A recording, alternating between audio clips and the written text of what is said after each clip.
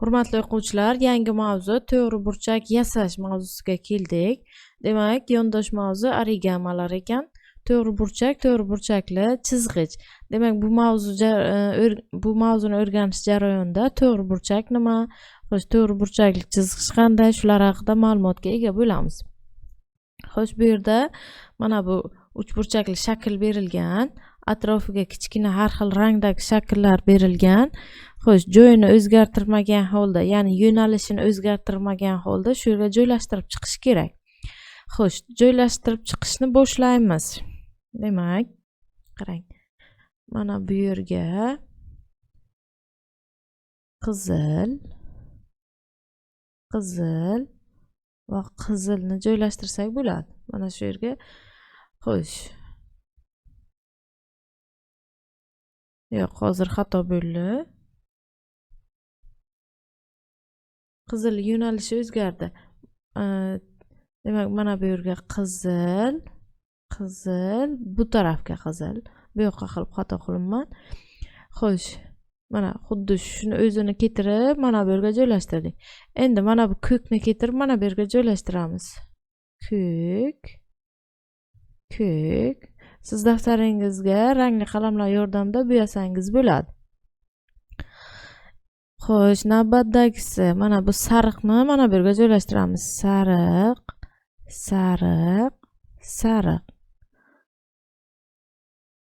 Endi mana bu pushtini mana bu yerga joylashtiramiz. Pushti.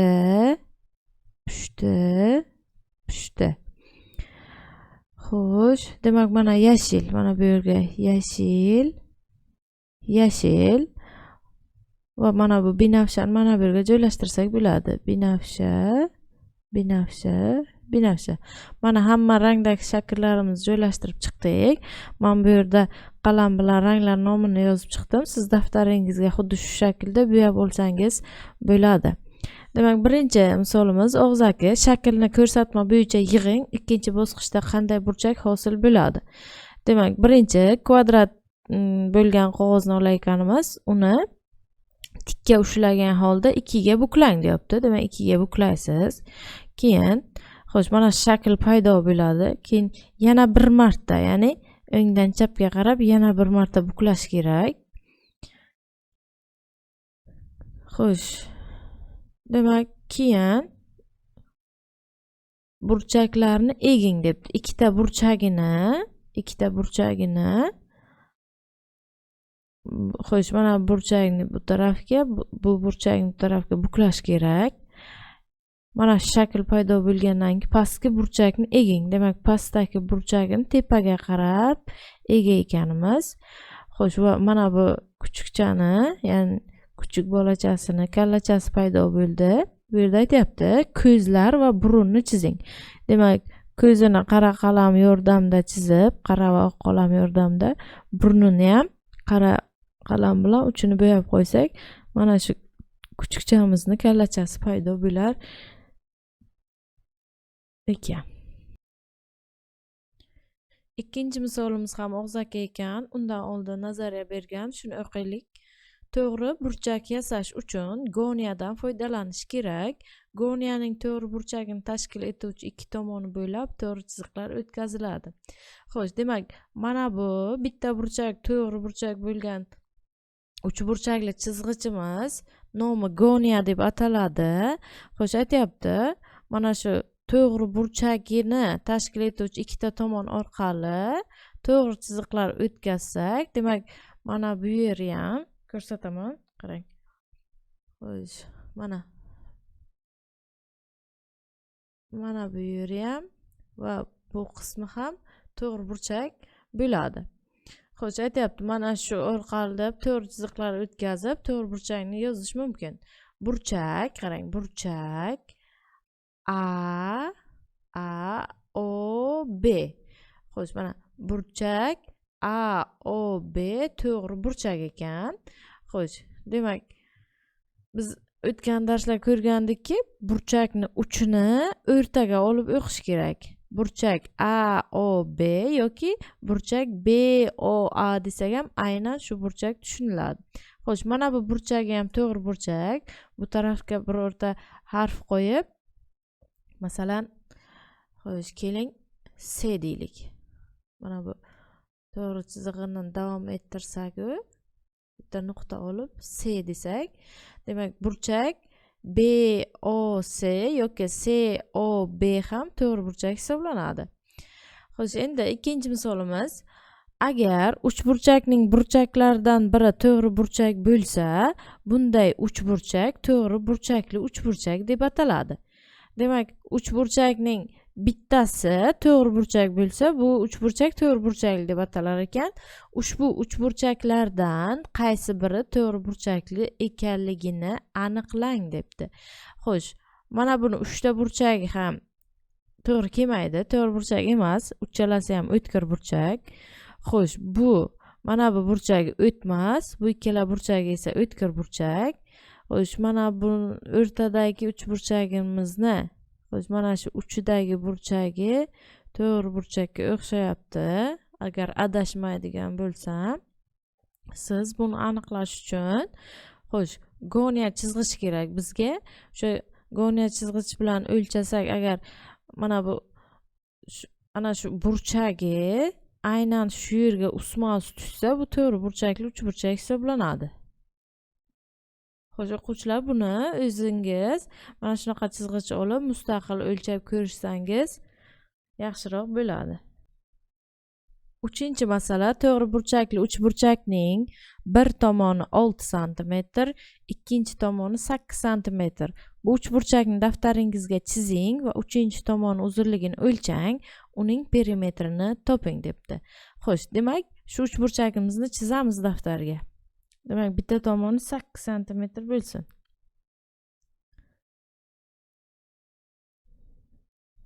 Xo'sh, mana shu 8 cm bo'lsin.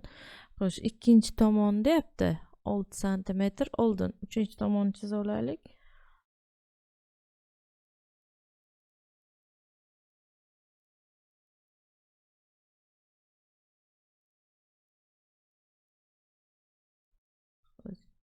Bu tomoni esa 6 cm.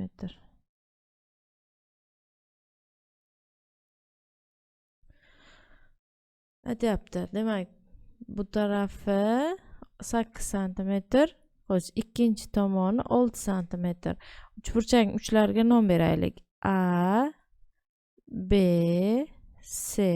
Uchburchakning 3 ta uchi bor. Xo'sh, demak, mana bu tomonni toping va perimetrini ham hisoblang deyapti. Xo'sh, o'quvchilar, demak, daftaringizga xuddi shu kattalikdagi uchburchakni chizsangiz, ya'ni bir tarafi 8 cm, ikkinchi tarafi 6 cm bo'lgan uchburchak chizsangiz, xo'sh, va bu uchinchi tomonni o'lchasangiz, bu tomoni 10 cm chiqadi. Xo'sh, men buni o'zim amaliyotda sinab ko'rdim. Hozir bu yerda chizg'ich bilan o'lchashning imkoniyati yo'q bo'lganligi uchun. Demak, amaliyotda sinab ko'rsangiz ham bu tomoni albatta 10 cm chiqadi. Xo'sh, demak, endi shuni perimetrini topamiz. Uchburchak perimetrini topish uchun, demak, P teng AB tomon qo'shilgan AC tomon va BC tomon uchalasini qo'shish kerak. AB 8 ga, AC 6 ga, BC 10 ga teng. Xo'sh, qo'shamiz. 16 ga 8 24. Javob, demak, uchburchak perimetri 24 cm bo'ladi. To'rtinchi misol, ifodalarni matematik tilda yozing va ularning qiymatlarini toping debdi. Xo'sh, A shartiga 519 va 134 sonlar yig'indisidan 379 sonni ayirish. Demak, A 519 va 134 sonlari yig'indisidan ayiring deyapti 379 ni. Qo'shamiz 9 ga 4, 13 ni 3, 1 ga 3, 4 bir tildagi bilan. Xo'sh, 5, 5 ga 1, 6 ayrilgan 379. Xo'sh, 13 dan 9 ketsa 4. Mana 4 qoldi. 14 dan 7 ketsa 7, 5 dan 3 ketsa 2. Xo'sh, B-si 980 va 156 sonlari ayirmasidan, demak, pastdan yozaylik shuni. B-si 980 va 156 sonlari ayirmasidan 256 sonni ayirish. Demak, 156 sonlari ayirmasidan 265 ni ayiring debdi. Xo'sh, 10 dan 6 ketsa 4, 7 dan 5 ketsa 2, 9 dan 1 ketsa, xo'sh, 8. Ayrilgan 265. 14 dan 5 ketsa 9, 11 dan 6 ketsa 5, 7 dan 2 ketsa 5. Deysi 634 va 287 sonlari yig'indisidan 563 sonini ayirish. Demak, 634 va 287 sonlari yig'indisidan 563 sonini ayirish. Qo'shamiz. 4 ga 7 11 ni 1, 3 ga 8 11 bir dildagi bilan 12, 6 ga 2 8 bir dildagi bilan 9. Ayrilgan 563. 11 dan 3 ketsa 8. Xo'sh, yana bir qoldi bera. 11 dan 6 ketsa 5, 8 dan 5 ketsa 3. Oxirgisi esa 920 sonidan, demak 920 sonidan 251 va 198 sonlari ayirmasini ayirish. Xo'sh, ayirish kerak ekan. 251 va 198 sonlari ayirmasini. Birinchi o'rinda qavsni ichini bajara olamiz. Demak, 920 ayrilgan 11 dan 8 ketsa 3, 14 dan 9 ketsa 5, 1 dan 1 ketsa 0. Xo'sh, 10 dan 3 ketsa 7, 11 dan 5 ketsa 6, demak 8. Oxirgisining javobi 867 bo'ladi. Navbatdagi 5-masalamiz matematika to'garagi mashg'ulotida bolalar 18 ta baqa shaklini, xo'sh, demak 18 ta baqa shaklini, 16 ta qarg'a va 11 ta oqqush shaklini yig'ishdi. Bolalar hammasi bo'lib nechta shakl yig'ishgan? Baqalardan nechta ko'p qushlar shakli yig'ilgan? Xo'sh, demak bu masalani yechish uchun birinchi o'rinda qisqa shartini tuzaylik. Demak, baqa shakli birinchi, baqa shakli 18 ta. Xo'sh, va qarg'a, demak qarg'a shakli esa 16 ta.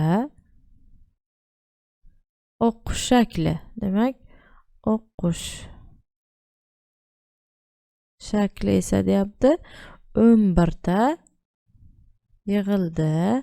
Aytyapti bolalar hammasi bo'lib, demak hammasi bo'lib nechta shakl yig'ishgan. Endi aytyapti baqalardan nechta ko'p qushlar shakli yig'ilgan. Demak, yechishni boshlaymiz. Yechish. Demak, hammasini so'raganligi uchun barcha shakllarni qo'shib chiqamiz. 18 qo'shuv 16 qo'shuv 11. 8 ga 6 14, 14 ga 1 5. 15 ni 5i. 1 ga 1 2, 2 ga 1 3, bir dildagi bilan 4. Demak, jami 45 ta demak shakl yasalgan. Endi aytyapti baqalar nechta edi? 18 ta. Nechta ko'p qushlar shakli yig'ilgan? Baqalardan nechta ko'p qushlar shakli yig'ilgan? Demak, jami qushlar soni nechta ko'p deyapti baqa shaklidan. Birinchi o'ringa jami qushlar shakli nechtaligini topib olamiz. 16 qo'shuv 11. Chunki qarg'a shakli va oqqush shakli ikkalasi ham qush shakli. Bera qushlar deyapti-ku. Demak, qarg'a bilan oqqushni yig'indisini so'rayapti.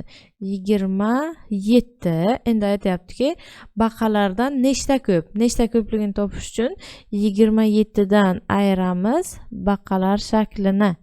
Demak, 17 dan 8 ketsa 9. Ko'p uzoqqa yozibman. Xo'sh, 27 dan 18 ketsa 9. Demak, javob jami 45 ta shakl yig'ilgan va 9 ta ko'p qush shakli. Demak, jami 45 ta shakl va 9 ta ko'p qush shakli. Qush shakli.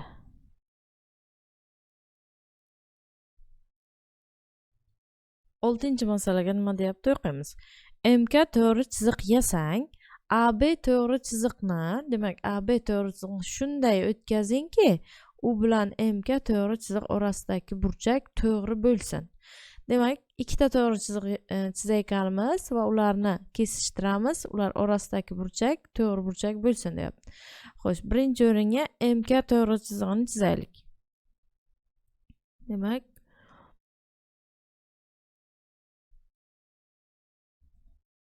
mana bu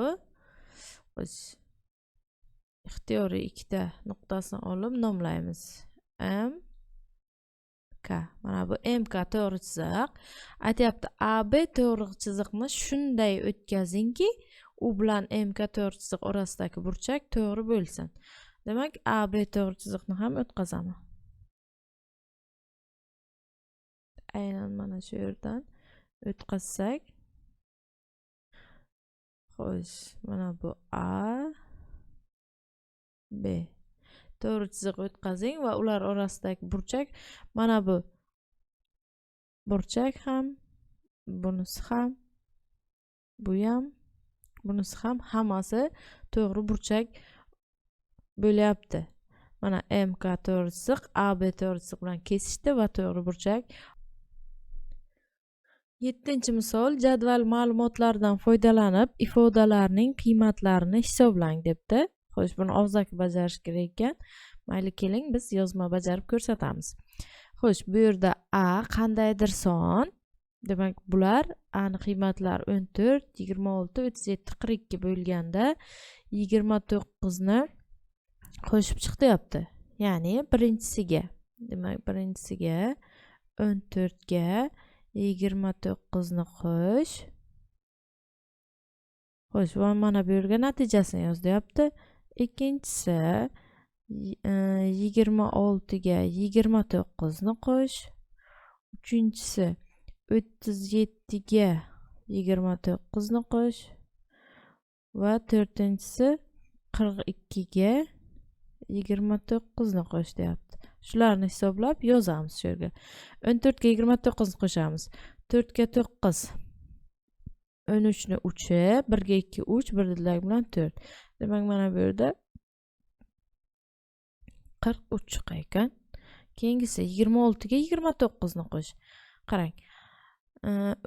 29 bilan 29 teng, 14 dan 26 12 taga ko'p. Demak, shu 43 ning ustiga 12 sonini qo'shib qo'ysak, buning natijasi kelib chiqar ekan. Xo'sh, 43 ga 12 ni qo'ysak 55 bo'ladi. Keling tekshiramiz.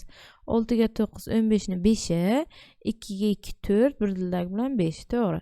Demak, bu yerda 55. Keyingisi 37 ga 29 ni qo'sh deyapti. Qarang, bunda ham 29 lar teng. 26 dan 37 11 taga ko'p. Demak, 55 ga 11 ni qo'ysak, keyingisi kelib chiqadi. 66. Xo'sh, mana bu yerda 66. Xo'sh, keyingisiga 29 lar teng. 37 dan 42 5 taga ko'p. Demak, 66 ga 5 ni qo'ysak, keyingi son kelib chiqadi. 71. Demak, 71. Xo'sh, ikkinchi jadvalga o'tamiz. Demak, bu yerda B ning qiymatlari 93, 81, 56, 41. Shundan 37 ni ayir debdi. Xo'sh, birinchisi 93 dan ayiramiz 37 ni. Xo'sh, 13 dan 7 ketsa 6. 8 dan 3 ketsa 5. Demak 56. Keyingisi 93 dan ayirgin, voy, uzr o'quvchilar. Yana 93 o'zimman. 81 dan ayirgin deyapti 37 ni. Xo'sh, 11 dan 7 ketsa 4, 7 dan 3 ketsa 4. Demak 44. Uchinchisi 56 dan ayiramiz 37 ni. 16 dan 7 ketsa, xo'sh, 16 dan 7 ketsa 9, 4 dan 3 ketsa 1. Demak bu yerda 19. Va oxirgisi 41 dan ayirgin deyapti 37 ni. 41 dan 37 ketsa 4 chiqadi. Demak 4. Mana hammasini bajarib ko'rdik.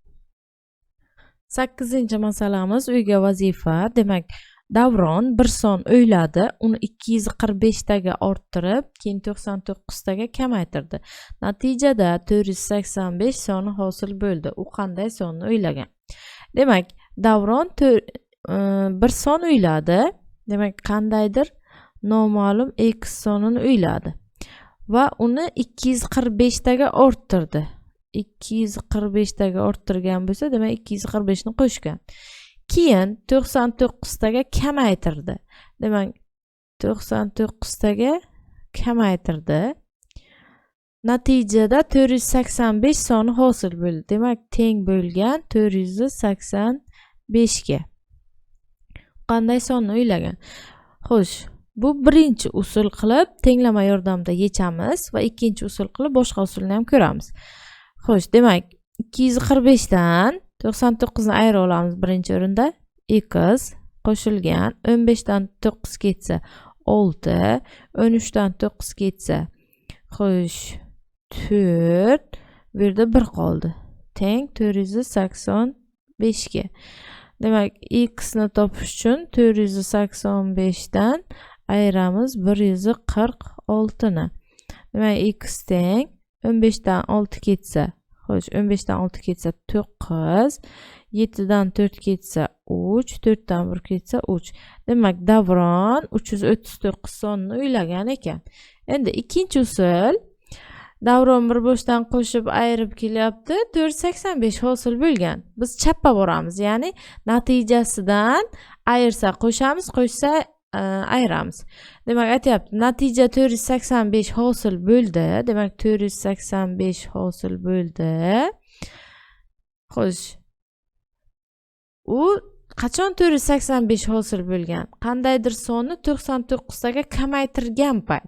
Demak, biz 99 ni u ayirgan bo'lsa, biz qo'shamiz. Demak, qo'shamiz 99 ni. Ya'ni Davron qilgan ishni orqasidan boryapmizmi? Qilgan ishiga chappa ish qilib boraveramiz. 5 ga 9 ni qo'shsak 14, 8 ga 9 17, bir dildak bilan 18. Xo'sh, 4 5 584. Endi u 584 chiqqan 99 ga kamaytirgan payt, xo'sh, qachon? 245 taga orttirgan payt 584 chiqqan. Demak, biz u orttirsa kamaytiramiz. 584 dan ayiramiz 245 ni. Xo'sh, 14 dan 5 ketsa 9, 7 dan 4 ketsa 3, 5 dan 2 ketsa 3. Demak, Davron o'ylagan son mana kelib chiqdi. Xo'sh, bu yerda ham 339, bu yerda ham 339 chiqdi. Demak, Davron 339 sonini o'ylagan. 9-masala, daftaringizga tomonlari 5 sm va 12 sm bo'lgan to'g'ri burchakli uchburchak chizing. 3-tomoni uzunligini o'lchang. Shu uchburchakning perimetrini toping debdi. Xo'sh, bunaqa masalani ham oldin ko'rgandik. Xo'sh, endi yechishni boshlaymiz. Xo'sh, demak, bu masalani yechish uchun birinchi o'rinda uchburchak chizib olish kerak ekan. Demak, uchburchak chizamiz.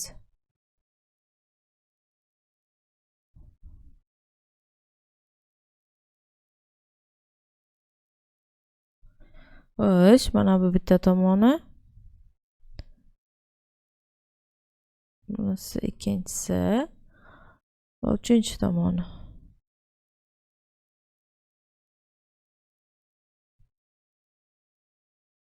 Mana bu 3-tomoni. Xo'sh, buni o'chirib olaman.